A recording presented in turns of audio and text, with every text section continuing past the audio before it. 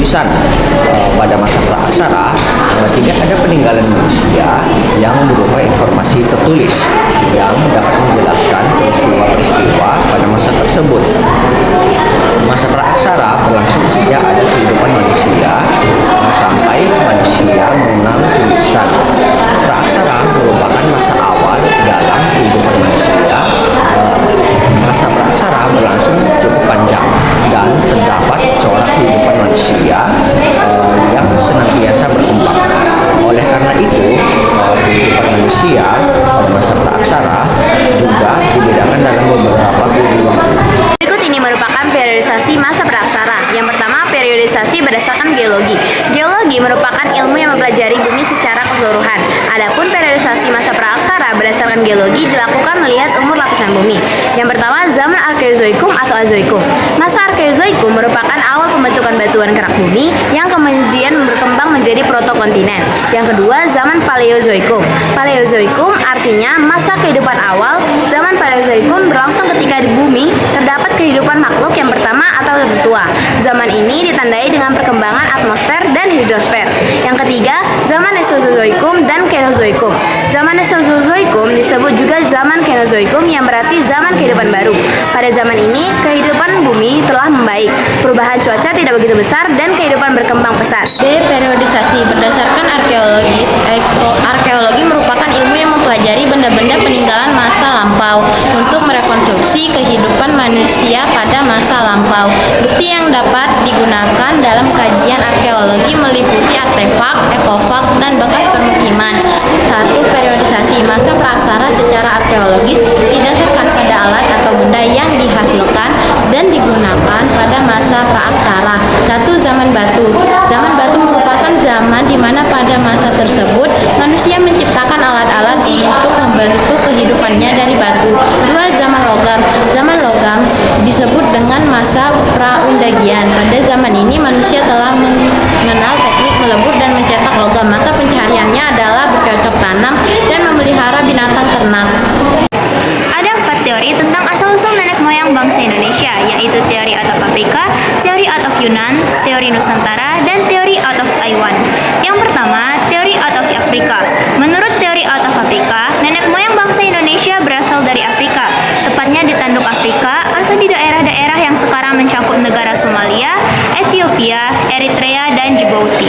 Mereka menyebar ke seluruh penjuru bumi sejak kurang lebih 200.000 tahun yang lalu, baik melalui jalur laut maupun darat. Diduga mereka bermigrasi keluar Afrika disebabkan karena krisis pangan, terutama karena kekeringan yang berkepanjangan. Teori out of Yunan. Menurut teori out of Yunan, nenek moyang bangsa Indonesia berasal dari Yunan, Tiongkok. 3. Menurut teori Nusantara, asal-usul bangsa Indonesia adalah Indonesia itu sendiri. Pendukung teori ini mengajukan 2 alasan. Pertama, bangsa Melayu telah memiliki peradaban tinggi sehingga tidak memerlukan migrasi atau kedatangan bangsa asing ke wilayah Nusantara. Peradaban ini tidak mungkin bisa dipercaya apabila tidak melalui proses perkembangan dari kebudayaan sebelumnya. Kedua, banyak fosil manusia purba ditemukan di Indonesia. 4. Menurut teori out of Taiwan, nenek moyang bangsa Indonesia berasal dari Taiwan. Hasil analisis kebahasaan menunjukkan induk bahasa-bahasa yang digunakan suku-suku di Indonesia adalah bahasa Austronesia, bahasa yang digunakan oleh penduduk Taiwan Kepulauan Formosa ketika itu. Secara umum, ada 3 jenis manusia purba yang ditemukan di Indonesia, yaitu Meganthropus, Pithecanthropus, dan Homo sapiens. Yang pertama yaitu Meganthropus. Meganthropus adalah salah satu jenis manusia purba yang ditemukan di Asia Tenggara, khususnya di Indonesia. Meganthropus paleojavanicus merupakan manusia purba tertua di Indonesia. Diperkirakan Meganthropus paleojavanicus sudah ada sejak 1,9 juta tahun yang lalu di wilayah Jawa. Penamaan Meganthropus paleojavanicus berasal dari mega yang berarti besar, anthropus yang memiliki arti manusia, paleo berarti tua, dan javanicus yang berarti dari Jawa. Sehingga Meganthropus paleojavanicus berarti manusia purba bertubuh besar tertua di Jawa.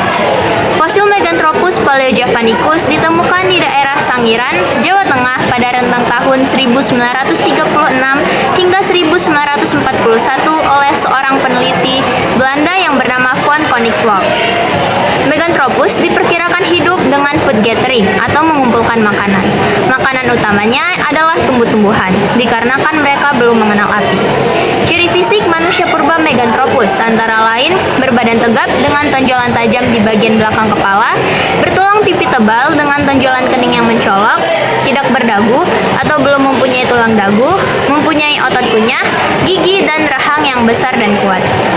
Pithecanthropus erectus merupakan kelompok manusia praaksara yang ditemukan oleh Eugene Du Bois pada 1890 hingga 1892 di Desa Trinil, Kabupaten Ngawi, Provinsi Jawa Timur.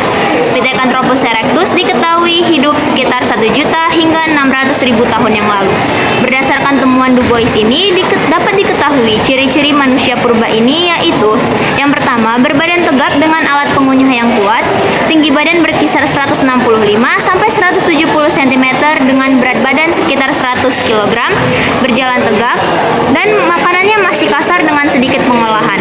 Mempunyai kemampuan berpikir yang masih rendah dikarenakan volume otak kepala masih sebesar 900 cc, sedangkan volume otak manusia modern sudah lebih dari 1000 cc, dan volume otak kera tertinggi hanya 600 cc. Munculnya Homo sapiens sebagai pertanda berakhirnya zaman praksara. Selain Meganthropus dan Pithecanthropus serta manusia purba, jenis Homo sapiens juga ditemukan di Indonesia.